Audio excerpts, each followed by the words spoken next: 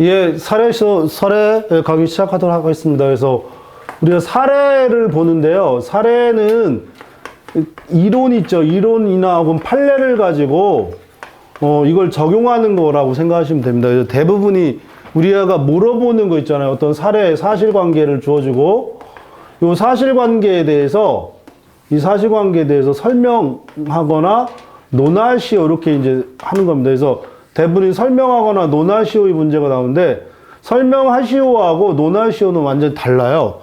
설명은 그 자체로 객관적인 어떤 사실 혹은 객관적인 설명 자체만 하면 되는데 여기는 주장이 들어가요. 주장. 그러니까 어떤 거에 대한 주장이 들어가는 게 있고 어떤 거에 대해서는 그냥 객관적인 어떤 사실만 설명해 주면 되는 두 가지 형태의 문제가 있는데 현재 우리 변리사 시험에 나오는 건 거의 설명하시오가 거의 90%입니다.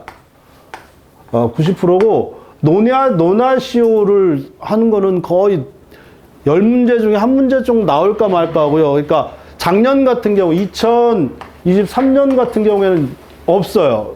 논하시오 문제가 없고 2021년도에 한번 논하시오 문제 나오고 그러니까 21년도에만 나오고 그 다음부터는 전부 다 설명하시오입니다. 그러니까 그 얘기는 자기 주장에 대한 논의가 그렇게 깊지 않다. 그러니까 물론 이 주장을 설명하려면 이 근거를 써야 됩니다. 이 근거를 하려면 대개 이제 비판을 전제로 하거든요. 그러니까 비판하려면 근거가 있어야 되고 근거가 있다는 건 뭔가를 비판할 수 있다라고 하는 건 전제로 하는 건데 요 논의가 굉장히 의미가 있을 수 있어요. 근데 현재는 설명하시오다라고 정리하시면 돼요. 그래서 그거는 조금 이따 하면서 얘기하도록 하고 그리고 가끔 물어보는 유형 중에 하나가 어떤 무엇인가 아니면 조치는 무엇인가 이렇게 해서 물음표 형태로 물어보는 것도 있어요. 그러니까 물음표 형태로 물어보는 문제가 나올 때는 대개의 경우는 논하시오로 간다고 생각하시면 됩니다. 근데 그거는 이제 사실관계를 보면서 이제 앞으로 할 건데 그런 차이가 있다 해서 그나마 우리는 설명하시오로 나와 있기 때문에 훨씬 좀 더 서술의 양이라든지 폭이 좀 좁다 이렇게 생각하시면 될 거고요. 그러면 어떤 사실이 나왔을 때 설명하는 방식이 있어요. 설명 방식이 두 가지가 있는데 하나는 추론이라고 하는 방식이 있고 또 하나는 논증이라고 하는 방식이 있습니다. 그래서 추론이라고 하는 것은 글자 그대로 결론을 끄집어내는 거예요. 결론에 이르는 과정이 있잖아요. 그죠? 그러니까 어떤 근거를 들이대고 그 근거를 가지고서 결론을 내는 방식이 있고 논증이라고 하는 것은 어떤 것을 결론을 내놔요.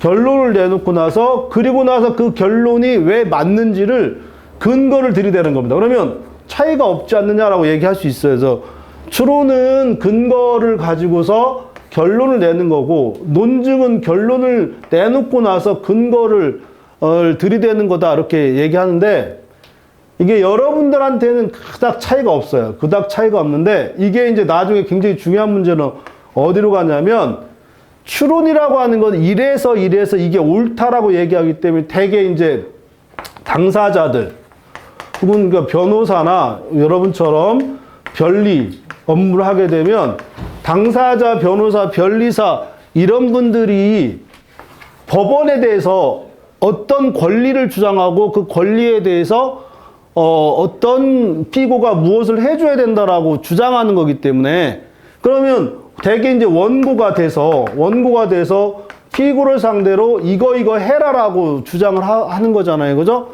그래서 어떤 걸 주장하냐면 왜 그걸 주장하냐면 이렇기 때문에 이렇게 이제 얘기를 하는 겁니다.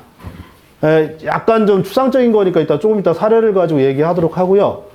요 논증형이라고 하는 것은 결국 어떤 주문이라고 하는 거 혹은 결론을 미리 내놓기 때문에 요것들은 이제 대개 이제 판사들이 하는 겁니다.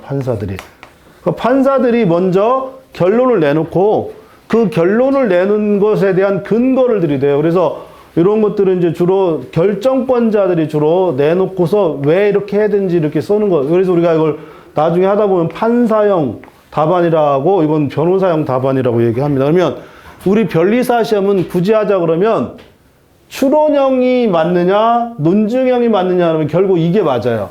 이게 맞는데 이게 이제 전에는 그 같은 고시시험에서 변리사든 변호사든 법원행시든 법무사든 그 어떤 시험이든지 간에 이런 게 없이 전부 다 하나로 통일됐는데 요즘은 변호사들 있잖아요. 그죠? 변호사 시험이 어떻게 돼 있냐면 이쪽으로 가려고 하는 측면이 굉장히 강하단 말이에요. 그래서 요즘 나오는 답안이 두 가지 형태가 있어요. 하나는 결론을 써놓고 논거를 쭉 쓰는 답안이 있고 또 하나는 우리가 앞으로 해야 될 건데 문제 제기를 해놓고 그 문제 제기한 거에 대한 논리적 근거를 써놓고 결론을 낸 형태로 이 두 가지 이렇게 나갑니다.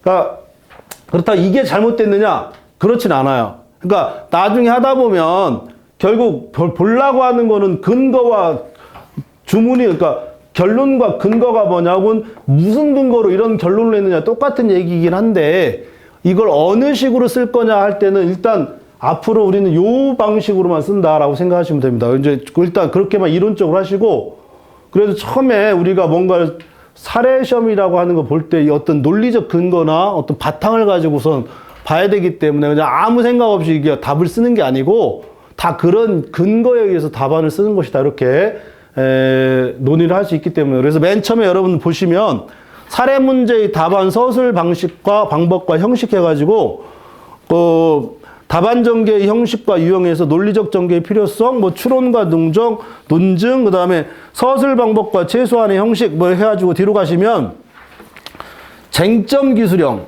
그 다음에 두 번째가 이유 제시형 해가지고 거의 세부적으로 보시면 추론형이 있고 그 다음에 판사형이 있고 이렇게 됩니다. 그래서 그 어떤 답안 어떻게 쓸 것이냐 크게 두 가지 유형이 있다. 근데 앞으로 우리가 할 거는 변리사 시험에서 할 거는 주로 이런 형식으로 쓴다.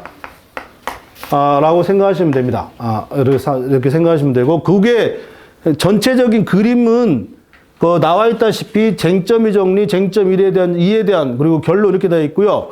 오른쪽으로 와버리면 결론, 주문에 있고 근거, 이유에 이렇게 쭉 이런 식으로 되어 있는 두 가지 답안이 있는데 우리가 앞으로 해야 될 답안은 왼쪽에 있는 거 있잖아요. 그죠? 왼쪽에 있는 쟁점의 정리, 문제의 소재, 논점의 정리, 문제의 제기 등을 써놓고 제기된 문제에 대해서 서술해 나가는 형식이 우리가 앞으로 해야 될 답안지 형식이다. 이 얘기가 굉장히 중요합니다.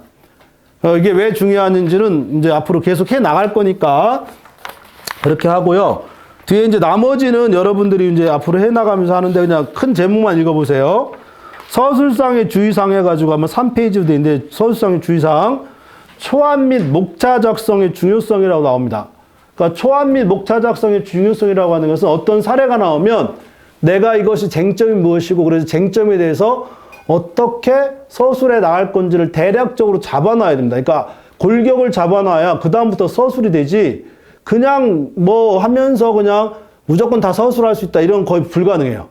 그것도 이제 역시 써봐야 알지만 그래도 처음에 이론적으로는 이런 게 있다 정도는 보시고요. 그 다음에 뒤로 가면 사안 파악 및 분석과 시간 안배라고 그러는데 8문제 우리가 나올 문제는 앞으로 8문제에서 10문제가 나옵니다. 근데 일단 근년에 나왔던 22년도하고 23년도에서는 10문제가 나왔어요. 10문제 각 10점씩. 그래서 100점이 나왔어요. 그럼 대략 한 2년 정도가 이렇게 나왔으면 올해도 아마 이렇게 나올 거라고 생각하시면 됩니다. 올해도 많으면 20점짜리 2개를 해가지고 10점짜리 8개랑 20점짜리 6개, 10점짜리 6개랑 20점짜리 2개 해가지고 8개 정도 나올 수 있어요. 그러면 10점하고 맥시멈 20점이에요. 여러분까지 그 10년 동안 우리 변리사 시험 문제를 보면 그 10년 동안 그 20점짜리가 맥시멈으로 나왔던 게 20점짜리가 최고였어요. 근데 근래에 들어와서는 거의 한 2-3년 동안은 거의 지금 10점짜리 10문제로 거의 통일되었어요. 그러니까 24년도에도 맥시멈 20점짜리겠지만 아마 10점짜리 10개가 나올 거다. 이렇게 생각하시면 됩니다. 그러면 10문제를 120분 동안 풀어야 되니까 산술적으로는 1문제당 12페이지가 12분이 되죠. 그죠?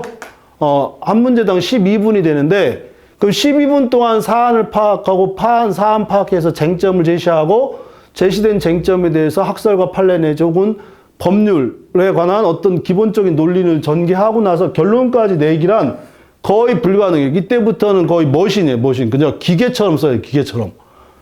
그러니까 이 기계처럼 쓰기 위해서는 거의 그 골격이라고 그랬죠. 아까도 초안이라든지 목차자성이 없으면 거의 불가능합니다. 그러니까 논리적으로 생각을 해보세요. 한 문제다. 근데 여기서 12분이라고 하는 게 얼마나 짧은 시간이냐라고 생각하신다면 생각보다 여러분들 그러니까 매주 지금 8회 그 주말마다 GS 하잖아요. 그죠? 주말마다 GS 하는데 2시간 동안 와서 풀고 1시간 설명 듣고 가는 수업이 이게 실전 GS 수업이거든요. 근데 와서 하잖아요. 비싼 돈 내고.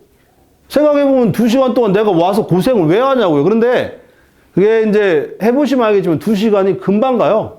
생각보다. 왜냐하면 12분 동안 10문제를 했는데 이거에 온통 모든 게 다 들어가 있으니까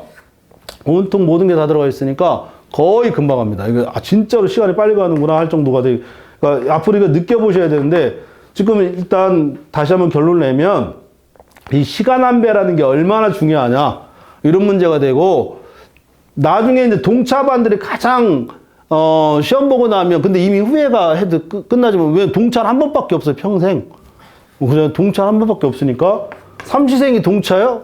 그 삼시생을 뭐라고 해야 돼? 부진정 동차라고 해야 돼? 뭐라고 해야 되죠? 그건 아니잖아요. 여튼 동차생들이 후회하지만 돌이킬 수 없는 게 뭐냐면 나중에 2문제를 못 풀었네, 3문제를 못 풀었네 막 이렇게 나온단 말이에요. 그러면 2문제, 3문제는 다른 사람은 100점 만점을 기준으로 하지만 이 사람은 70점 만점을 기준으로 채점을 해 나가기 때문에 불가능합니다. 불가능. 이런 식의 이제 문제가 생기니까 지금 일단 너무 추상적이긴 하지만 일단 사안 파악 및 분석과 시간 안배가 얼마나 중요하냐 이런 얘기를 합니다. 그 다음에 나머지 이제 계속적으로 해야 될 게 판례 중심의 서술이 있고요. 이거는 결국 판례를 가지고 나오는 거니까. 근데 여기서 하나 짚고 넘어가야 될 건 판례를 외워서 하라고 하는 그 수험가의 그 하나의 뭐라 할까요? 밈이 되어 있어요. 그 판례를 외워서 바른다. 뭐 이런 식의 이 밈이 있는데 그 특허나 상표는 우리가 하는 얘기는 특허나 상표에서 하는 얘기 절대 아니에요. 민사소송법에서만 얘기하는 겁니다. 민사소송법에서는 판례를 그대로 쓰는 걸 그렇게 좋아하지 않아요. 그리고 그렇게 쓸 것도 없고 그 판례가 어떤 의미를 가지고 그러니까 오죽하면 나중에 하다 보면 판례의 태도라는 게 있거든요. 나중에 여러분 문제점에 이러고 가장 여러분 이미 들어서 알죠. 학, 판, 검 이거 하지 마시고요. 나중에 대개 이제 문제점 해놓고 학설과 판례 이렇게 했는데 학설의 대립 혹은 학설의 견해 뭐 이렇게 해서 학설에 이렇게 해놓고 여기다 반드시 판례의 태도나 혹은 판례 입장이라고 하는 걸 반드시 쓰게 되어 있어요. 이걸 물어보는 거니까 이 글 자체가 뭐냐면 태도나 입장을 얘기하는 거지 판례를 그대로 판례라는 얘기가 아니에요. 근데 잘못 알고 있는 것 중에 지가 판례의 태도라고 해놓고 판례를 그대로 갖다 써요. 일단 그것이 뭐가 있냐면 제가 여기 들어와서 들었던 얘기 중에 하나가 어떤 강사가 있는데 그 강사 중에 자기가 합격한 애가 있는데 그 합격한 애가 판례 번호까지 써가지고 썼더니 합격했더라. 뭐 그런 얘기를 내가 들었어요. 그러면서 이제 그렇게 해야 되는 거 아니냐고. 나 그 학생이 일단 누군지 증명이 할 수가 없고요. 합격했다고 하는 수험생이. 그리고 이걸 판례 번호까지 쓴다는 것 자체가 미친 짓이에요. 이게 난 지금도 그 얘기를 믿는 것도 이해가 안 되지만 혹시 여러분이 그런 얘기를 들었다고 치면 이건 절대 불가능합니다. 불가능하든지 내가 강사를 때려치든지 둘 중에 하나밖에 없어요. 다시 한번 얘기하지만 판례의 태도를 쓰는 거지 판례를 외워서 쓰는 게 아닙니다. 근데 이 판례의 태도라는 게 어떤 건지는 앞으로 계속해서 나갈 거긴 하지만 요거의 의미를 좀 더 여러분들한테 좀 전달하고 싶은 것이고요. 그래서 계속 또 얘기해 보도록 할 거고요. 그 다음에 기호 등의 기재주의라고 하는 거 있잖아요. 그죠? 처음에 초보자들이 가장 저기 하는 게 있는데 나중에 문제 제기할 때 이 강의를 안 들은 사람은 상관없는데 나중에 이제 다른 기초 GS나 이렇게 들어오신 분들을 보면 문제점에다가 또 문제를 물어봐요. 이것일까요? 이러면서 뒤에다가 문제점에다가 물어봐요. 아니, 지가 문제점을 제시해야지. 거기다가 거기 문제를 또 물어보고, 그러니까 물음표, 느낌표, 이런 거 쓰면 100% 떨어져요. 왜냐하면 이거는 굳이 그러자면 이거는 설명문이잖아요. 그죠? 평론이란 말이에요. 평론. 평론이라고 하는 건 뭔가 주장을 하거나 뭔가 설명을 하는 거예요. 문학이 아니에요. 문학. 문학은 뭐예요? 문학은 감정이죠. 감정을 나타내주는 이러한 것을 우리가 글을 문학이라고 하는데, 거기다가 물음표 쓰거나 이거 쓰거나 뭐 이런 거 있잖아요. 이런 건 전혀 글을 쓰는 기본이 안 돼 있다라고 이렇게 보기 때문에 미리 또 그걸 얘기합니다. 기호 등의 기재를 주의하라고 하는 것은 또 한 번 얘기하자면 절대 매우 무미건조하게, 내가 봐도 이거는 정말 드라이해서 아예 그냥 타버리겠다, 이 정도로 아주 무미건조하게 이게 글을 써야지 거기에 어떤 감정적인 의미를 들어가거나 이러는 것들은 거의 없다라고 다시 한번 말씀드립니다. 네, 이런 정도로 하시면 되고, 나중에 하다 보면 이제 법조문 쓰는 게 하나 나옵니다. 그러니까 민사송법 몇 조 이렇게 이제 하다 보면 쓰라고 하는 강사가 있고, 쓰지 말라고 하는 강사가, 안 써도 상관없다라고 하는 강사가 있는데, 우리는 지금 무슨 법을 하고 있죠? 민사송법을 하고 있는데, 거기다 민사송법에서 민사송법을 쓸 이유가 없어요. 근데 민사송법이 아닌 법이 쓸 때는 이게 민사송법이 아니기 때문에 법을 쓸 필요가 있지만, 민사송법 시험 보는데 민사송법이라고 쓸 필요는 전혀 없어요. 그렇게 생각해도 됩니다. 그런 정도로 하시면 되고, 그럼 여기서 잠깐만 설명하면, 그러니까 가장 일반적인 게 문제의 소재할 때 그냥 일반적으로 설명하는 방식이에요. 소크라테스가 죽느냐라고 하는 거죠. 그죠? 테스형? 소크라테스가 죽는가? 이렇게 해놓고, 요걸 우리가 뭐라면 제시라는 거야. 앞으로 내가 뭔가를 쓰는데 그 쓰는 게 뭐냐면, 소크라테스가 죽는지를 내가 한번 설명해 주겠다. 이렇게 이제 제시를. 원래 이거는 앞으로 글을 쓸 때 항상 제시를 해 주는 거예요. 제시를. 내가 뭘 써야 되겠다. 제시를 하고, 이게 이제 우리는 문제의 소재고, 그 다음부터 이 소크라테스가 죽는지에 대한 설명을 해 나가는 거죠. 그래서 추론을 해 나가든 논증을 해 나가든 기본적인 방식이 있는데, 되게 일반적인 방식이 3단 논법이라고 해가지고, 원래 논법 자체가 그렇습니다. 그래서 대전제를 먼저 씁니다. 그래서 대전제가 사람은 죽는다죠. 그죠? 그러면서 여기다가 가끔 소크라테스가 죽는데 현재 여기다가 이제 물어보는 거예요. 현재 심장은 멈춰져 있는데 뇌는 살아있다거나, 혹은 뇌는 멈춰져 있는데 심장은 뛰고 있다거나, 뭐, 그러니까 이런 식의 이제 논리가 여기다 집어넣을 수도 있어요. 그러니까 민법에 보면 맨 나오는 게 그런 거예요. 그래 놓고 나서 사람은 죽는데, 죽는다는 거는 심장사거나, 혹은 뇌사거나, 뭐, 여기서 또 뇌사, 심장사 얘기가 나올 거 아니에요. 그죠? 여기서 일단 결론을 내겠죠. 그러면, 세 번째, 소크라테스는 뭐야? 소크라테스는 사람이다. 이렇게 되겠죠. 그죠? 그래서 소크라테스는 사람이다 할 때 이 사람의 개념이 있겠죠. 이 사람이라고 하는 거는 일단 여기서 노예도 사람이냐, 아니면 뭐 여러 가지, 왜냐면 소크라테스가 노예거나 학자거나 뭐 이럴 수 있으니까 일단 그 상황에 따라서 달라지겠죠. 일단 여러 가지 해놓고 결국 소크라테스는 사람이다. 그러면 결국 결론이 뭐예요? 결론이 소크라테스는 죽는다. 이렇게 되겠죠. 그러니까 지금 어떤 걸 설명 안 할 때, 아니 뭘 그냥 소크라테스 죽냐 그럼 죽지 이러는 게 아니라 설명을 해줘야 될 거 아니에요. 왜 소크라테스가 죽어야 되는지라고 하는 걸 설명을 쭉 해나가는 겁니다. 그래서 가장 일반적인 게 대전제를 해놓고 여기다 소전제를 여기다 갖다 놓고서 대전제 속에 소전제를 집어넣고 결론을 내는 형태가 가장 일반적이라고 생각하시면 돼요. 그러면 앞으로 또 해나가야 되겠지만 일단 한번 우리가 지금 볼 수 있는 것도 여러분 책에서 한번 보시면, 먼저 한번 우리가 일반적으로 볼 수 있는 게 25페이지 한번 보도록 할게요. 25페이지.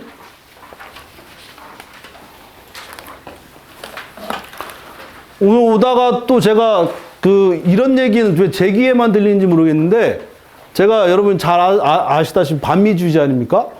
그러다 보니까 오다가 가는데 미군이 뭐 어디 들어가가지고 뭐 그 차를 훔쳐도 모닝을 훔쳐. 좀 어떻게 좀 볼보나 뭐 이런 거 있잖아요. 그 미군 술 취해가지고 차를 훔쳐가지고 뭐 그런 얘기 뉴스 나왔잖아요. 못 들었어요? 빨리 검색, 빨리 검색하실 필요 없고 제 얘기가 사실이에요. 제 얘기 뉴스에 나왔으니까. 그러면 무슨 문제가 생길 거냐? 그럼 미군은 우리나라 형사법에 따라 처벌할 수 있느냐의 문제가 생겨요, 안 생겨요? 처벌할 수 있어요, 없어요? 못해요. 우리나라에서 사람을 죽이든, 되게 너무 심한데, 이거는 나중에 편집이 좀 가능해서 좋겠지만은, 못합니다. 왜 못하겠어요? 한미 행정협정에 따라서 우리나라 형벌이 부과될 수가 없어요. 그럼 우리 재판권이 면제가 돼 있다면, 면제가. 똑같은 얘기죠. 지금 이 사건이 가장 유명한 사건인데, 잘 보시면 되게 이게 중요한 게 뭐가 중요하냐면, 이게 일일이 이 사건을 다 설명해야 되는 게 문제예요. 지금 앞으로 여러분들이 그 사례 시험을 하면서 가장 중요한 게 뭐냐면, 사례 파악하는 게 50%. 사례 파악해서 나머지 써나가는 게 나머지 50%라고 생각하시고, 특히 동차반들은 한 60, 70%가 가장 힘든 게 바로 사례 문제예요, 사례 문제. 일단 앞으로 계속 해나겠지만, 소송이라는 건 결국 뭡니까? 이거 자꾸 방향이 딴 방향. 소송이라는 건 원고가 피고를 상대로 하는 거죠. 그죠? 그러니까 원고가 피고를 상대로 법원에다가 소를 제기하는 겁니다. 그러면 어떤 문제를 파악할 때 누가 원고고 누가 피고인데 여기서 지금 소송물이 뭐냐? 요건 반드시 파악을 하고 들어가셔야 됩니다. 일단 이게 가장 기본적인 건데, 일단 여기서 보시면 갑은 을에게 9천만 원의 손해배상 청구서를 제기하여 전부 승소 확정 판결을 받았고, 우리 확정된 채무를 이행하지 않자 현재 을이 용산구 한강로 소재 병이 누구냐면 주한미군 사령부예요. 고전압 기사로 근무하여 병에게 임금 채권이 있음 알고 이를 목적으로 서울 동부지방법원의 청구 채권을 확정 판결에 따른 원금 9천만 원 채무자 을로 제3채무자를 병으로 하여 을이 병으로부터 지급받게 될 퇴직금과 매월 지급받을 급료 중 제세공과금을 공제한 잔액 2분의 1씩 우위 청구 금액에 달할 때까지 금원에 대하여 채권 압류 및 추심 명령을 신청하였고 이를 인정받았다. 나아가 서울 동부지방법원의 채권 압류 및 추심 명령을 받자 이를 근거로 서울중앙지방법원에 병을 상대로 을에 대한 퇴직금 및 임금 등에 대한 추심 청구서를 제기하였다. 서울중앙지법원의 판단할 소의 적법 여부에 대하여 근거를 밝혀 설명하시오. 이렇게 돼 있어요. 그죠? 제가 여러분 속으로 지금 읽었는데 무슨 얘기야? 이런 얘기인데, 잘 보시면 요 갑이 지금 누구를 상대로? 병을 상대로 을에 대해서 가지고 있던 채권 추심 명령, 을이 누구에 대해서? 을이 병에 대해서 가지고 있던 채권에 대한 이 채권, 이 피대의 채권을 압류 추심했다는 거죠. 그죠? 압류 추심. 압류 추심해서 결국 압류 추심 명령에 의해서 결국 갑이 병을 상대로 뭘 하냐면 추심 소송을 해요. 추심 소송. 이렇게 제기하는 거예요. 그죠? 그럼 압류 추심 소송을 제기했는데 그럼 무슨 문제냐? 지금 병이 누구예요? 미군이잖아요. 그죠? 미군이니까 결국 갑이 미군을 상대로 추심 소송을 제기할 수 있느냐의 문제가 지금 이 문제의 가장 중요한 문제고, 그러면 이 문제에 대해서 지금 뭐 설명하라고 했잖아요. 그죠? 소의 적법 여부에 대하여 근거를 밝혀 설명하죠. 원래 이거 안 물어봐도 되는데 제가 좀 친절하지 않습니까? 혹시 여러분들이 못할까봐 굳이 뭐만 설명하라고 했어요? 적법 여부에 대해서만 설명해요. 그럼 적법 여부 중에 뭐? 이렇게 되겠죠. 그죠? 근데 이게 원고나 피고나, 피고 뭔가 문제가 있어요. 그죠? 뭐가 문제가 있는데, 일단 앞으로 우리가 해야 되겠지만, 법원에서 내용은 좀 이따 정리하고 일단 첫 시간에 답안지를 어떻게 쓰는 거에 대한 가장 기본적인 걸 설명하는 거니까, 법원에서 문제되는 게 재판권하고, 그 다음에 관할하고, 그 다음 관에 대한 무슨 문제입니까? 신뢰, 이른바 제척 기피 회피 문제가 가장 중요한데, 재판권은 다시 또 인적 재판권 문제가 있고 물적 재판권 문제가 있는데, 제가 여러분한테 미리 말씀드리지만 물적 재판권은 올해 같은 경우에도 그래도 의미는 없어요. 왜냐면 이걸 내려면 국제사법을 제시를 해줘야 돼요. 국제사법을 제시를 해줘야 되고, 제가 지난번에도 누가 이제 나한테 와서 물어보기도 하고, 왜 이 얘기를 하냐면, 다른 사람들은 국제사법에 대한, 아니, 국제재판관할 문제를 다 내는데, 왜 나보고 안 내냐고. 저 안 냅니다. 왜 안 내냐면, 국제사법이 기존의 학설과 판례가 추구했던 모든 문제를 다 국제사법이 다 처리해버렸기 때문에 이걸 낼 필요가 없어요. 그러면서 제가 우리 기본 강의 시간에 뭐라 말씀드렸었냐면, 고엽제 사건 있잖아요. 그죠? 월남전 가가지고 고엽제 사건 하면서 미국의 농약회사가 있어요. 우리나라 상위군인들, 월남전 천전용사들이 미군의 농약회사를 상대로 우리나라 법원에다가 니네 농약 고엽제 때문에 내가 거의 다 이렇게 됐다 해가지고 손해배상 청구를 해요. 그럼 우리나라 국내 법원이 이 우리나라 사람이 외국인을 상대로 소를 제기하는 데 있어서 관할권 있느냐는 역추지설, 수정 역추세가 쭉 얘기 나오지만 이미 이건 국제사법에 다 있기 때문에 그러면 여기다가 학설 판례 쓸 필요가 없고 그래가지고 민사소송법을 규정한다면 18조 우리나라의 민사소송법 18조에 토지관할 그러니까 불법행위지 재판적을 여기다 유추 적용한다 이런 식으로 답안지를 나한테 갖고 왔어요. 무슨 얘기를 하고 싶으냐 이거는 이제 아니에요. 왜 아니냐면 국제사법 44조를 보면 국제간의 섭외 사건, 우리나라가 외국인을 혹은 외국인이 외국인을 상대로 소를 제기할 때 이른바 불법행위에 의한 손해배상 청구 소송을 제기하게 되면 국제사법 44조 다 찾아보세요. 나중에 시간 있을 때 국제사법 44조에 보면 결과 발생지가 한국이면 결과 발생지가 우리나라면 이미 뭐가 발생해요? 재판권이 있어요. 근데 여기다 무슨 학설과 판례를 왜 집어넣어요?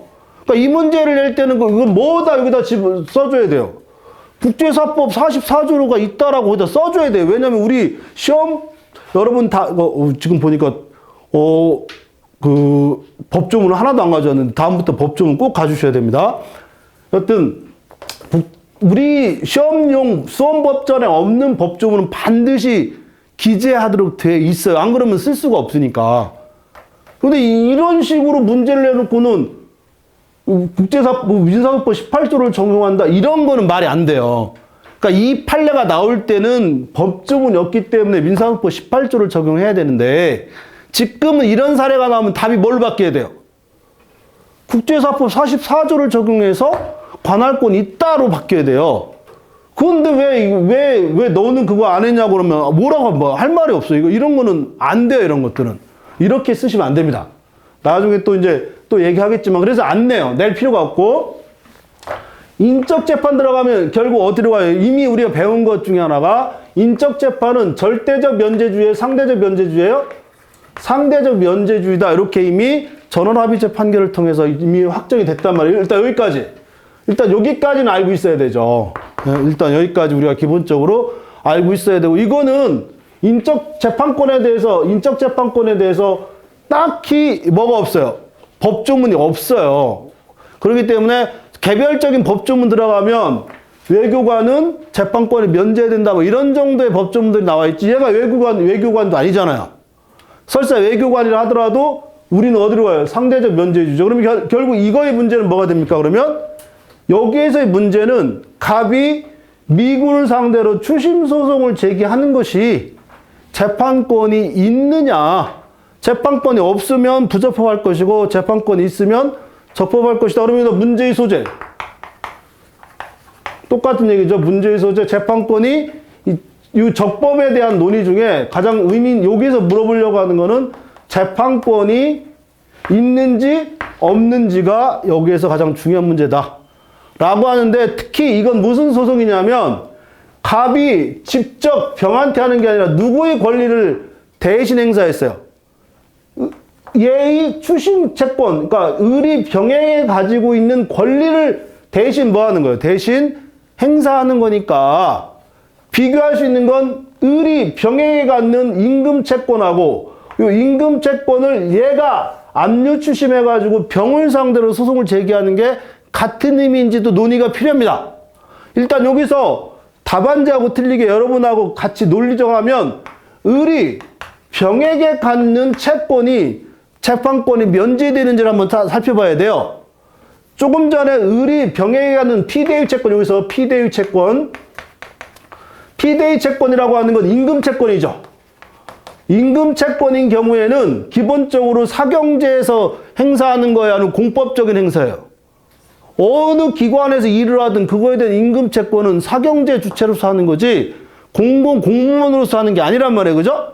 그러니까 기본적으로 을이 병에 대한 이 피대의 채권 자체는 요 절대적 면제주의, 상대적 면제주의에 의하더라도 특히 상대적 면제주의에 따르면 당연히 재판권이 있어요, 없어요? 당연히 재판권이 있다. 이렇게 이제 얘기를 일단 결론을 내주고요. 근데 문제는 여기서 문제는 뭐가 문제가 되냐면 갑이라고 하는 채무자의 채권자가 제3채무자를 상대로 할 때 제3채무자를 상대로 할 때 요거 있잖아요. 그죠? 요 압류 추심이라고 하는 요 추심 소송도 똑같이 면제될 것이냐가 문제가 될 것이다. 이렇게 얘기합니다. 그럼 여기서 똑같은 이제 문제점 내지 또 얘기를 해놓고 여기서 중요한 거는 압류 추심이라고 하는 게 어떤 의미를 갖느냐라고 하는 거죠. 이것도 여전히 재판권에 관한 문제인지 재판권에 관한 문제라 하더라도 똑같이 상대적 면제주의에 해당하는지 요거에 대한 논의라고. 그런데 잘 생각해 보시면 무슨 문제냐면 요 피대의 채권이 개인의 병에 대한 개인의 채권이라면 이걸 얘가 얘한테 집행할 수 있어야 될 거 아니에요. 안 그러면 재판권을 면제시키지 않을 이유가 없잖아요. 그죠? 그 얘기는 채권자가 제3채무자에 대해서 압류 추심하더라도 뭐가 돼야 돼요? 당연히 재판권이 있어야 될, 재판권이라는 건 집행권까지 전제되는 거니까. 그러니까 논리적으로 보면 어떻게 돼요? 상대적 면제주 입장에서 여전히 집행이 가능할 수 있어야 되겠다. 이렇게 되잖아요. 그런데 이 판례는, 이게 판례의 태도입니다. 그러나 판례는 이제 이게 중요합니다.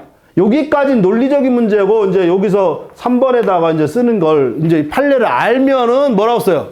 그럼에도 불구하고 판례는 이렇게 집행이 직접적으로 연결되고 자기 채권이 아닌 채무자의 채권을 압류까지 해가지고 집행해 나가는 것에서는 재판권이 없는 것으로 본다. 이렇게 된 거예요.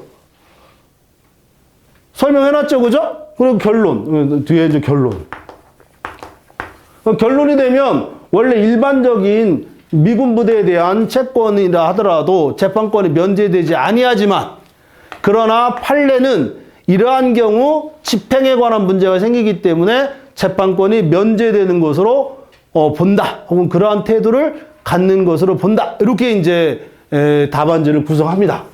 지금 그래서 대략적인 그 답안지 구성에 대해서 여러분들이 논리적으로 설명할 수 있는 부분에 25페이지, 26페이지 여러분 쭉 이제 설명을 해놨는데 앞으로 우리가 해 나가야 할 것 자체가 바로 이런 거예요. 이런 거.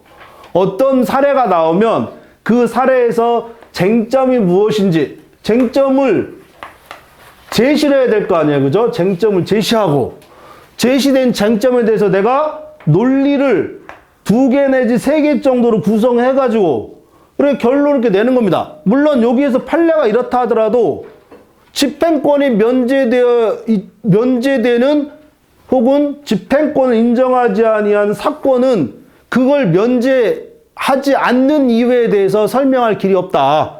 따라서 판례를 비판하면서 원래 판례와는 다르게 이거는 면제돼서는 안 된다라고 써도 문제가 없어요.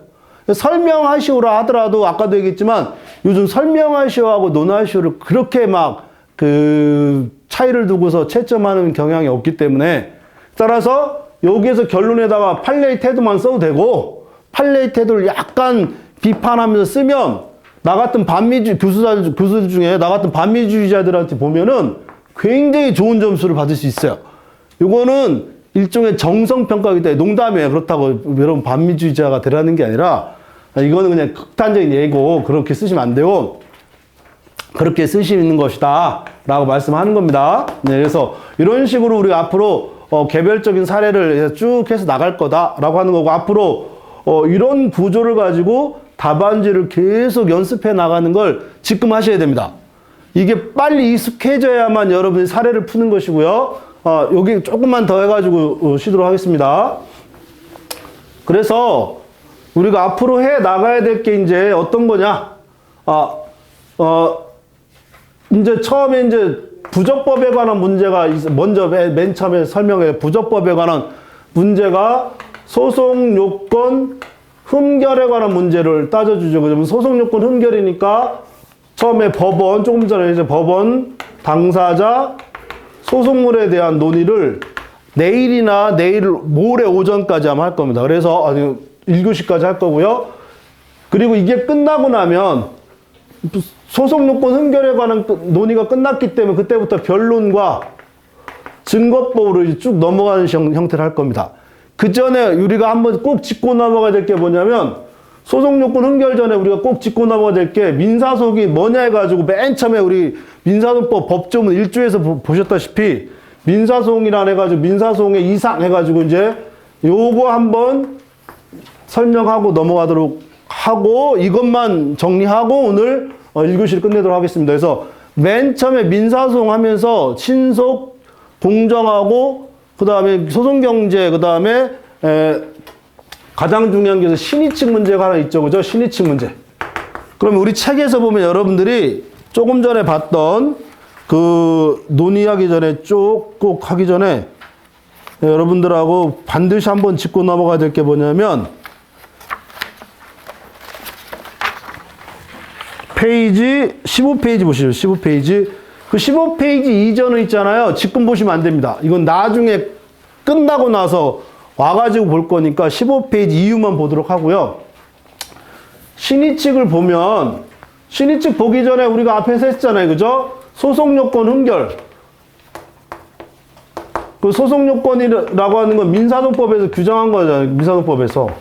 그 민사소송법의 법의 법적 성격이라고 하는 것은 공법이라고 그랬잖아요. 그죠? 공법이고, 공법이라고 하는 것은 강행법규란 말이에요. 그러니까 강행법규니까 강행법규에 위반된 거는 유예무예요. 이 행위는 무효라고 했잖아요. 그죠? 이 강행법규 위반 행위예요. 그러니까 민법에서 하다 보면 법률 행위에 무효 사유가 있잖아요. 그죠? 법률 행위를 얘기하는 거예요. 그러니까 소송 행위, 강행법규에 위반된 소송 행위는 뭐가 되냐면 무효. 무효고, 무효인데 이 무효인 소송행위를 간과한 판결 있죠. 그죠? 무효인 행위를 간과한 이 판결은 소송행위가 무효라는 것과 이걸 간과한 판결은 다른 문제라고 그러면서 이 판결은 유효다. 그 대신 유효니까 상소나 재심으로 언제든지 취소할 수 있는 기회를 주는 거다. 이런 제도가 있기 때문에 소송행위가 무효라 하더라도 예외적으로 판결이 유효해요. 근데 아주 예외적으로 무효인 게 있다 그랬잖아요. 그죠? 이게 뭐라고 했어요? 이게 제망적개. 근데 제망적개 우리가 나중에 이제 기본 강의 했을 때 조금씩 기억을 해보시겠지만, 소송 계속이 없는 것들은 제망적이고요. 그 중에 3개일 뿐이지 원래 소송 계속이 없으면 그 소송 계속이란 뭐냐? 그럼 또 이제 우리가 했었잖아요. 소송 계속이 뭐예요? 소제기하고, 소제기라는 건 뭐예요? 소송 서류를, 소장을 제출할 때고, 소제기해가지고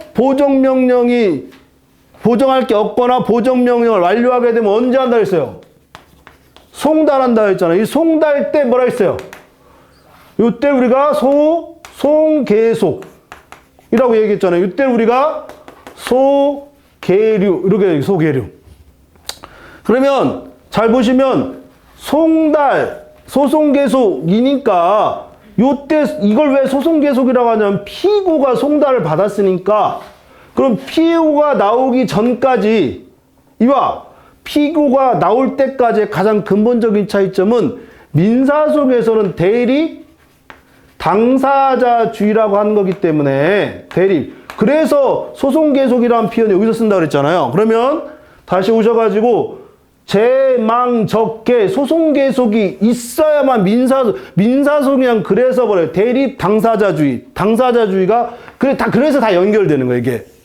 무슨 얘기인지 아시겠죠? 그죠? 이게 다 연결되는 거고, 따라서 우리는 민사소송만 얘기하는 거니까, 민사소송이라는 것은 대립 당사자 구조가 붕괴가 되면, 이거는 무효입니다, 무효. 그죠? 무효는 아주 예외적인 경우만 인정되는 거고, 대부분이 다 유예요.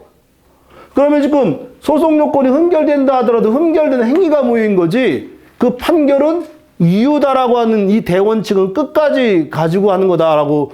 그래서 가장 대표적인 게 소송 중 사망을 하더라도 그 소송 중 사망에 피승계인이 혹은 그 누군가가 행위를 한다 하더라도 그건 무효지만, 그러나 그 간과한 판결은 항상 뭐였어요? 유효였잖아요. 그죠? 뭐 이런 식의 논의가 계속 생기는 겁니다. 일단 이걸 전제를 해놓고, 그래서 이 민사소송이 이상이 뭐냐, 신의 측 해가지고 이때부터 기본적인 목차가 나온다 그랬죠. 그죠? 그래서 개념 해놓고, 그 다음에 신의 측에 대한 법적 성질이 뭐냐 해서 개념, 성질 해가지고 이게 보충적, 적용설, 이렇게 이제 일반적으로 우리가 통설, 판례라고 해놨잖아요. 보충적 적용설의 의미라고 하는 건 어떤 의미였어요? 다른 실체법적인 규정도 있거나 절차법적인 규정이 있으면 그걸 우선 적용을 하고 나중에 예외적으로 적용하는 것이다, 이런 의미였고, 그 다음에 그 유형에는 뭐가 있다? 유형에는 다시 또 이때부터 부, 모, 실, 람, 이렇게 네 가지가 있다 그러면서, 이때 제가 기본 강의 시간 할 때 요 네 개의 경우 수는 어떤 경우 수인지 의미가 없다. 그중에 가장 대표적인 게 뭐였어? 이른바 전주의 금산사 판례하면서, 이 금산사 판례에서 의미가 뭐였어요? 이건 소권 남용이기도 하지만 부당 형성행위기도 하다, 그런 의미로 전부 다 신의칙 위반이다 이렇게 해놓고, 그렇지만 이건 관할에 가는 거니까 어디로 간다? 이건 이송으로 간다, 이송으로. 이렇게 이제 얘기했던 것이 기억이 날 겁니다. 요것도 원래 문제에다가 제가 집어넣었어야 됐는데, 워낙에 내가 일반적으로 많이 알려진 사안이라서 이 문제 안 넣었어요. 그래서 수업 시간에 충분히 얘기했었기 때문에요. 이런 유형이 있었는데, 이런 유형을 해놓고 나서 결론으로 어디 가요? 그래서 신의칙에 위반되면 이거 효과가 뭐냐? 이렇게 나왔잖아요. 그죠? 그래서 신의칙에 위반되면 그 효과는 뭐였죠? 신의칙에 위반된 거는 이 소 자체에 대한 뭐가 불가능해요? 집행이 불가능하겠죠. 그죠? 그러니까 뭐가 없어요? 권리, 보호, 이익이 없다. 이렇게 이제 얘기합니다. 그래서 신의칙에 위반된 거는 그 행위 태양에 따라서 권리 보이익이 없어서 뭐예요? 부적법? 왜냐하면 권리 보이익 자체가 소송 요건이니까. 그래서 부적법 각하한다. 이렇게 되는 겁니다. 그죠? 이런 식으로 이제 논의가 계속 되는 거고, 그럼 이런 기본적인 이론을 여러분들이 알고 있어야만 어떤 문제가 닿았을 때 그런 의미를 풀 수가 있을 겁니다. 그죠? 그런 것들이 이제 앞으로 우리가 해 나갈 건데, 한 문제만 풀고 좀 쉬도록 해보겠습니다. 15페이지에 보시면 소송 절차에서 신의 성실의 원칙 보시면, 갑은 A 회사에서 15년을 근무하던 중 IMF 금융위기에 따른 신분불안에 휩싸였다. 회사는 갑을 해고하고 갑에게 퇴직금과 의료금을 지급하였고, 갑은 퇴직금 등을 수령하면서 어떠한 일을 유보하거나 조건을 설정하지도 않았다. 그 후 5년이 지나 회사가 활력을 되찾자 갑은 해고 무효 확인서 및 임금 청구의소를 제기하였다. 이에 대하여 A는 해고가 경영상 필요에 의한 정리해고이며 갑이 회사 사정을 감안하여 자발적으로 해고를 발의하여 주장하며, 갑의 청구는 부당하다고 주장하고 있다. 1심 법원은 본안 심리를 거의 마쳐 사건이 판결에 성숙되었다. 1심 법원은 피고가 명확히 주장한 바가 없음에도 권리 보익이 없다는 이유로 부적법 각하, 소각하 판결하였다. 타당한지 설명하시오. 원래 문제가 나올 때 어떻게 나올 수 있냐면, 부당하다고 주장하고 있다. 법원의 판결을 설명하시오. 이렇게 나와도 상관이 없어요. 이거는 처음에 이제 좀 친절하게 설명하려고 하는 거, 나중에는 부적법하다고 주장하고 있는데 결론은 무엇인가? 이렇게 물어보기도 하고 상관없어. 어떻게 물어봐도 똑같은 얘기이기 때문에 이미 쟁점을 권리 보익이 없다는 이유로 부적법 소각과 판결할 때 타당한지 설명해봐요.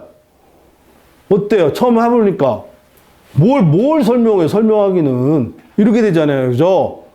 그럼 일단 이게 어떤 것을 설명해야 될지를 내가 잡아내야 돼요. 왜냐하면 여러분들은 이제 백지만 주어지고 법조문만 가지고 어떤 사례가 나오면 그걸 풀으라고 나오니까 이제 그런 것들을 이제 해보는 겁니다. 이제 처음에 눈으로 봐도 짜증나잖아요. 근데 이거를 실제 문제를 가지고 만약 풀어보라고 한다면 이게 풀릴 거냐 고민을 해봐야 된다는 거죠. 일단 이거에 대한 사실관계는 뭐예요? 갑이라고 하는 애가 회사로부터 퇴직, 해고, 이른바 해고를 당했는데 가만히 있었잖아요. 가만히 있다가 몇 년이 지나서 해고 무효, 확인 및 임금 청구를 한 거, 임금 청구. 여기서 하나 여러분들 미리 짚고 넘어가야 될 거는 원래 확인해소를 제기하면 무조건 확인해소의 이익을 판단해 주라고 제가 주구장창 얘기했어요. 그런데 확인해소하고 지금 뭐하고? 확인해소하고 이행해소하고 같이 들어가 있는 거는 확인해소의 이익을 따질 필요가 없어요. 왜 없다 그랬어요? 확인해소는 이 자체로 중간 판결에 해당하는 겁니다. 그 중간 판결은 뭐만 있으면 된다 그랬어요? 병합소송에서 중간 판결은 이행해소하고 선결성만 있으면 된다. 다른 거 없다 그랬잖아요. 중간 확인 판결이라고 하는 거는.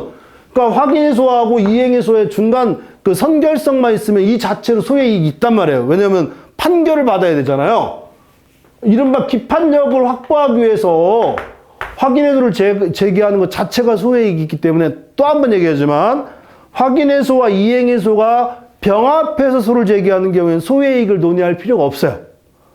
확인해소만 제기한다거나 혹은 반소로서 확인해소만 제기한다 그래서 독립적인 소일 때만 소의 이익을 따져주는 거지 확인해소하고 이행해소를 따질 필요 없어요. 따진다 그래도 감점은 없어요.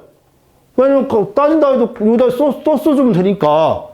근데 아까도 얘기했지만 한 문제당 몇 분 써야 된다 그랬어요? 12분 동안에 요걸 쓰면 이미 1분은 가요. 그러면 앞으로 1년을 더 해야 돼요. 1분 때문에 1년을 더 할 것이냐 고민을 할 필요가 있죠. 그죠? 하여튼 그렇다. 일단 그렇고요. 그래서 해고, 무효 확인 및 임금 청구할 때는 확인해소지만 소의 이익은 따질 필요 없어요. 따져도 상관없어요. 여튼 따져도 상관없지만 여기서는 의미가 없어요. 이미 앞에서 이걸 전제하고 들어가는 거니까. 그러면 여기서 물어보고자 하는 게 뭐예요? 지금 소의 적법 중에서 이미 권리보익이라고 이미 주어졌잖아요. 근데 권리보익은 왜 권리보익이 없어요?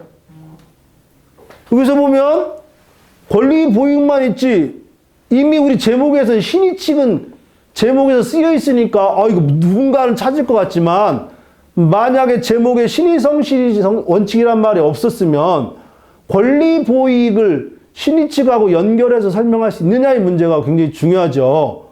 권리보익이 없는 근거를 신의칙에 근거할 건지 그럼 신의칙 중에 어떤 거 이른바 부모신람 중에 무엇인지 그거에 따라서 대략적인 설명을 해줘야 될 거 아니에요. 그죠? 그래서 부적법 판결 설명할 수 있느냐의 문제가 생기는 거죠. 그러면 그냥 달랑 해고 무효를 주장하지 않았다가 긴 시간 지나서 갑자기 해고 무효하는 거는 그건 신의칙 위반이야. 신의칙 위반이니까 권리보익이 없으므로 소는 부적법에 타당해. 그럼 한 줄, 두 줄 쓰고서 이제 답안지 쓰는 거예요. 그죠? 그런 답안지는 없어요. 나중에 하다 보면 알겠지만 10점짜리는 최소 2페이지는 써줘야 돼요. 왜냐하면 개나 소나 2페이지는 다 쓰거든요. 그럼 나만 반 페이지 써봐요. 그럼 채점하는 사람들은 어떻게 보이겠어요? 얘는 도대체 시험을 보겠다는 거요, 말겠다는 거 이렇게 나도 무조건 2페이지는 써줘야 돼요. 그럼 어떻게 그러면 그때부터 뭐예요? 이제부터 혼이 담긴 구라를 쳐줘야 됩니다. 그 혼이 담긴 구라 어떻게 쳐줘요? 그럼 문제의 소재 해가지고 권리보익의 요건으로서 신의칙 위반을 이유로 권리보익이 없는지 논의가 필요하다. 그러면 여기서 신의칙의 의미가 무엇인지 거기서 어떤 것이 들어가 있는지 그래서 왜 권리보익이 없는지를 설명할 필요가 있다. 이렇게 해놓고 설명은 이미 다 끝났잖아요. 설명은 뭐예요? 결론적으로 신의치가 위반했다 혹은 신의치가 위반하지 않았다 따라서 권리부익이 있다 없다 이렇게 돼버려요. 이거는 결론은 달라질 수 있어요. 왜냐하면 판사마다 그러니까 대법원 판례까지 올라갈 거 아니에요. 그러니까 판례를 알면 결론의 짜맞추기가 매우 쉬운 거고 판례를 모르면 논리적으로 쓰면 돼요. 논리적으로. 그럼 여기다 기본적으로 신의 측의 발현 형태 혹은 신의 측의 유형 지금 요거 얘기하는 거죠. 해고 무효 확인. 해고 무효 확인은 문제점이 뭐예요? 얘가 어떻게 했다고 무효 확인을 아무 말 없이 받아들였다가 시간이 지나서 다시 이걸 소송상 주장하는 게 적법하냐 타당하냐 결국 그것이 신의 측에 위반되어 있는지 문제가 된다 이렇게 된 거잖아요. 그러면 신의 측이 무엇인지 설명할 필요가 있죠. 그죠? 그럼 소송상 신의 측이라는 거는 어떤 문제가 있냐면 여기서 하나 얘기할 건 실체법하고 그 다음에 소송법하고 구분이 돼야 안 돼요. 실체법적인 신의 측 원칙도 적용되지만 소송법적으로 신의 측은 독자적으로 적용할 수 있어요, 없어요? 독자적으로 적용할 수 있죠. 그러면 소송법장으로도 신의 측이 적용할 때 그럼 이 중에 뭐예요? 부당 형성, 그다음 모순행위, 실효의 원칙, 그다음에 뭐가 돼요? 소권 남용 문제가 되는데 여기서 우선 문제되는 게 뭐예요? 소권 남용 문제잖아요. 왜냐하면 실효의 원칙, 실효의 원칙, 소권 남용도 마찬가지고 실효의 원칙. 실효의 원칙이 언제 적용되죠?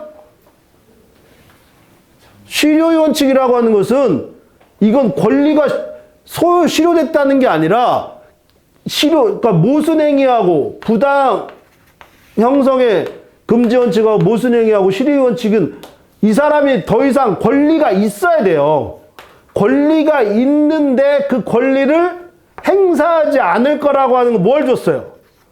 기대를 줬단 말이에요. 기대를 줬는데 이 기대에 어긋나서 막상 소를 제기했다. 이렇게 되잖아요. 그러면 해고가 무효면 예를 들어서 이게 채권이면 10년, 그다음 물권이면 20년 동안 권리를 행사할 수 있는 권한이 있잖아요. 이것과는 상관없이 그 정도 기간이 지나지 않았음에도 불구하고 충분히 몇 년 동안 아무런 이의도 유보하지 않고 나서 받아갈 거 다 받아가고 나서 뭘 줬어요? 쟤는 해고를 받아들였구나. 라고 하는 신뢰를 줬어요, 안 줬어요? 신뢰 줬잖아요. 그죠? 이 줬으니까 이 증거에 대해서 우리 판례는 어떻게 볼 수 있다. 이렇게 한다거나 판례를 잘 모르겠다. 그러면 그렇게 했으니까 충분히 기대를 줬고 이 기대에 어긋났으니까 신의 측에 위반됐다 안 했다. 신의 측에 위반됐다라고 하는 것이고 여기서 중요한 건 또 무슨 문제가 생기냐면 여기서 이제 이런 정도의 얘기를 충분히 해서 그러니까 여기서부터는 어떻게 목차를 잡아도 상관이 없어요. 왜 상관이 없냐면 전부 다 신의 측의 내용을 내 마음대로 논리적으로 쓰고 이게 신의 측 어떻게 설명하도 다 똑같을 거 아니에요. 근데 여기다가 무작정 편집글처럼 쓰는 게 아니라 목차를 잡아가지고 논리적으로 써야 됩니다. 그거는 이제 앞으로 계속 해나갈 거고 다만 여기에서 세부 목차를 잡는 건 여러분들의 역할이에요. 왜냐면 이 내용은 다 똑같으니까. 그 채점하다가 그런 내용 적절히 다 들어가 있으면 점수를 주는 거지. 이 목차들을 안 하면 넌 단칼에 잘라버려. 이런 건 없어요. 그런 미친놈은 하나도 없어요. 이 신의 측을 어떻게 논리적으로 설명하고 있는지만 보면 되는 거지. 충분히. 그거를 반드시 개념, 성질, 유형해가지고 그러면 절대 못 써요. 그렇게 쓰고 그 다음에 여기서 또 중요한 건 뭘 물어보려고 하냐면 당사자가 명확히 주장한 바가 없잖아요. 그럼 당사자가 정확히 주장한 바가 없으니까 법원이 이걸 직권으로 판단할 수 있는지 직권 판단 여부. 그럼 여기서 머릿속에 이제 하나 딱 떠오르는 게 뭐야? 이른바 직권 조사 사항이죠. 그러면서 우리가 뭔 얘기 했었어요? 권리에 대한 본안에 관한 것은 변론주의가 적용되기 때문에 당사자의 주장, 자백, 증명이 원칙되지만 직권, 조사 사항은 뭐예요? 기본적으로 주장, 증명책은 있으나 어떤 변론주의에 가까운 게 있고 그 다음에 직권, 탐지주의에 가까운 게 있다. 최소한 뭐는 성립하지 않아요? 자백의 구속력은 성립하지 않는다. 이 경우에 법원이 뭐라고만 주장했어요? 아니 내 돈 가만히 있다가 왜 이제 와서 이런 소를 제기하고 있는지 주장은 있잖아요. 이해돼요? 무슨 얘기인지? 이런 주장이 있으니까 이 주장만을 가지고 이른바 신의측만을 가지고 바로 당사자가 명확히 권리 보이기 있냐라고 주장하지 않았잖아요. 당사자가 주장하는 건 뭐만 주장했어요? 신의측 위반만 주장했는데 이 신의측 위반을 가지고 바로 권리 보이기 있는지 없는지를 판단할 수 있는지 문제가 된다 이렇게 되잖아요. 결국 권리 보호 이익이 소송 요건이고 소송 요건이 직권조사할 수 있는지 이렇게 되는 거고 당사자가 신의측을 주장했다는 건 당사자가 명확히 권리 보이익을 주장하지 않았다 하더라도 이 행위 자체를 가지고 뭐가 없다. 소송 요건 중에 권리 보호 이익이 없다라고 직권조사할 수 있는 사항이다 이렇게 되죠. 그래서 소결 사안의 경우에는 당사자가 부당을 주장한 이상 그건 신의측 위반을 주장한 것이고 신의측 위반을 주장한 것은 권리 보이익이 없다는 주장으로 직권으로 판단할 수 있다 이렇게 되고 결론이 되고 결론해가지고 타당하자 이렇게 쓰면 안 돼요. 왜 타당한지 왜 부당한지 그럼 뭐 어떻게 결론이라는 건 또 한 번 얘기하지만 이게 굉장히 중요합니다. 나중에 이제 꼭 한 번씩 다 듣겠지만 결론을 잘못 써가지고 막 나한테 지랄하는 경우가 내가 지랄 여러분이 지랄하는 게 아니라 내가 엄청 막 뭐라고 하는 게 엄청 나중에 여러분들 그 김상수 교수나 이런 분들한테 물어봐요. 아니 최걔가 그러는데 결론 안 쓰면 막 채점하는 사람들이 막 지랄한다는데 맞냐고 물어봐요. 결론만큼 중요한 건 없습니다. 무슨 얘기인지 알겠죠? 그럼 결론을 보면 얘가 뭘 썼는지를 알아야 돼요. 그럼 내가 조금 전에 뭐라고 했어요? 부당해고, 그러니까 해고를 받아들인 행위에 대한 신의측 위반의 주장을 당사자가 하였으므로 법원은 이거에 대한 권리 보이기 없음을 이유로 소각과 판결한 것은 적법하다. 여기다가 직권조사하여 이렇게 집어넣으면 조금 전에 내가 얘기하려는 게 다 들어가 있어요? 안 들어가 있어요? 다 들어가 있어요. 꼭 결론은 2줄 내지 맥시멈 3줄이에요. 넘어가도 안 됩니다. 2줄 내지 3줄 안에다가 내가 앞에서 했던 얘기 있잖아요. 그걸 다 집어넣어야 돼요. 무슨 얘기인지 아시겠죠? 그죠? 그럼 조금 전에 제가 지금 문제의 소재부터 해가지고 지금 신의측에 대한 기본적인 논의하고 권리 보이익에 대한 직권 판단 여부 해놓고 쭉 설명해놨는데 지금 다 수업 시간 했던 거예요? 안 했던 거예요? 다 했던 거예요. 이거를 그럼 내가 얼마만큼 쓸 수 있느냐? 그게 실력인 거예요, 그게. 그걸 여러분들이 안 보고 할 수 있냐는 거야, 안 보고. 그 달랑 법정으로 뭐밖에 없어? 1조 하나밖에 없잖아요. 1조 하나를 가지고 이 문제를 이만큼 쓸 수 있냐는 거죠. 그럼 문제는 16페이지에 보면 여러분 제가 쭉 그 뒤에 보세요. 여러분 제가 그 밑에다가 거의 웬만한 판례들은 다 집어넣었어요. 그러면 왜 그러냐면 여러분 혼자 공부할 때도 꼭 판례를 읽어보라고 한 거고 그 16페이지 보시면 16페이지 19번 판례 한번 볼까요? 신의성신의 원칙이라 함은 법률관계의 당사자는 상대방의 이익을 배려하여 형평에 어긋나 신뢰를 저버린 내용 또는 방법으로 권리 행사 어쩌고저쩌고 밑에 또 써있고 20번 각주 판례 봅시다. 사용자로부터 해고된 근로자가 퇴직금 등을 수령하면서 아무런 이유나 유보 조건 없이 제기하지 않았다면 특별한 사정이 없는 그 해고 이력은 인정되었다 할 것이고 따라서 그로부터 오랜 기간 지난 후에 그 해고 이력을 다투는 소는 제기하는 것은 신의칙이나 금반원의 원칙에 위배되어 형용할 수 없다. 그렇지만 근로자가 해고 이력에 인정하지 아니하고 이를 다투었다고 볼 수 있는 객관적 사정이 있었다거나 그 외에 상당한 이유가 있는 상황에선 퇴직금을 수령하는 등의 반대 사정이 있음이 엿보인 때에는 명시적인 이유를 유보함이 없이 퇴직금을 수령한 경우라도 일률적으로 해고 효력을 인정하였다고 보아서 안 될 거다. 지금 제가 여러분한테 무슨 얘기를 하려고 그러냐면 판례도 보시면 그냥 달랑 적법하다 부적법하다가 아니라 얼마나 구구절절해요. 판사들도 이 판결문 하나 쓰면서 우리가 지금 공부했던 거 거의 다 들어가 있잖아요. 무슨 얘기인지 아시겠죠? 하물며 여러분들 지금 내가 자격증 줄까 말까 국가에서 막 이 얘기하고 있는데 거기다 결론 타당해? 부당해? 이렇게 했으면 어떻게 하자는 거예요? 왜냐하면 200명 합격하는 200명은 이거보다 더 구구절절하게 막 혼이 담긴 거라 얼마나 치겠어요. 내가 여러분 지금 치는 건 일도 아니에요. 나중에 하다 보면 무슨 얘기인지 아시겠죠? 같은 사례가 하나 나왔을 때 이걸 얼마나 논리적으로 설명하면서 이걸 결론을 끄집어낼 것이냐에 관한 시합. 그런 우죽하면 뭐래? 천하제일 민소대회라고 하는 게 왜 천하제일 민소대회라고 그래서 이 미친놈들이 다 써요, 막. 이거 뭐 판례 있는 거 다 쓰고 지금 내가 쓴 거에 2배, 3배 쓰고 막 이런단 말이에요. 그러면 점수를 줄 수밖에 없어요. 당연한 거 아니에요. 비교를 해보세요. 한 세 줄, 4줄 쓰고서 결론만 맞아. 난 합격해. 그 지 생각이에요. 절대로 합격 못해요. 무슨 얘기인지 알겠죠? 지금 판례도 그렇고 제가 여러분한테도 지금 한번 같은 문제를 읽어보고 답안지 쓴 것도 보고 내가 과연 이 정도 쓸 수 있는가? 라고 이제 고민하면서 앞으로 쭉 한번 읽어봅니다. 그리고 그나마 다행스러운 것은 제 사례집이지만 작년도 그렇고 재작년도 그렇고 전 아마 다른 강사들의 사례집도 비슷할 거라고 생각하는데 그나마 우리가 본 사례에 거의 유사하거나 심지어 어떤 건 정말 저도 깜짝깜짝 놀라요. 우리 안 되면 나중에 물어보세요. 우리 저 병립이나 누구한테 물어보세요.